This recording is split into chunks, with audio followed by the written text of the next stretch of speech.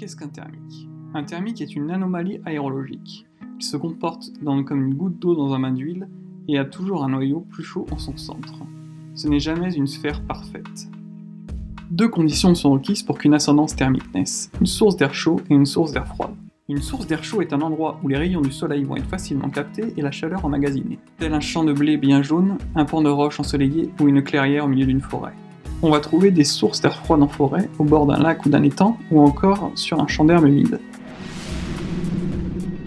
Une fois ces conditions réunies, imaginez-vous que cette bulle d'air chaud est recouverte d'une fine pellicule visqueuse qui la cloue au sol. Ainsi, pour pouvoir décoller et percer cette pellicule, la bulle va avoir besoin d'un déclencheur. Soit d'un déclencheur passif, qui est que la bulle atteigne une certaine température et décolle par elle-même, ou alors d'un déclencheur actif.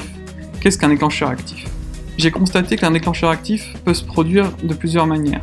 Ça peut être une moissonneuse-batteuse au milieu d'un champ de blé, ou un troupeau de vaches qui se déplace au milieu d'un champ d'herbe bien sec. Mais j'ai aussi constaté qu'en fin de crosse perdue dans la campagne, faute de thermique, une buse se mettait souvent enroulée au-dessus de moi juste après. Cela signifie que moi-même, j'ai été un déclencheur actif. Une source thermique va évoluer au fil de la journée en fonction de son exposition au soleil. Elle commencera par lâcher des bulles par cycle, toutes les 20 minutes, toutes les 10 minutes, puis toutes les 5 minutes. Et à son ensoleillement maximal, si les sources d'air froid et d'air chaud sont assez fortes, une colonne d'air chaud va s'organiser et se former en son centre un noyau. Cette ascendance thermique va monter et refroidir jusqu'à atteindre une température similaire à l'air ambiant. C'est à cette altitude atteinte que l'air chaud de notre ascendance va stagner et condenser pour former un nuage. Et ceci va entièrement dépendre de l'aérologie de la journée.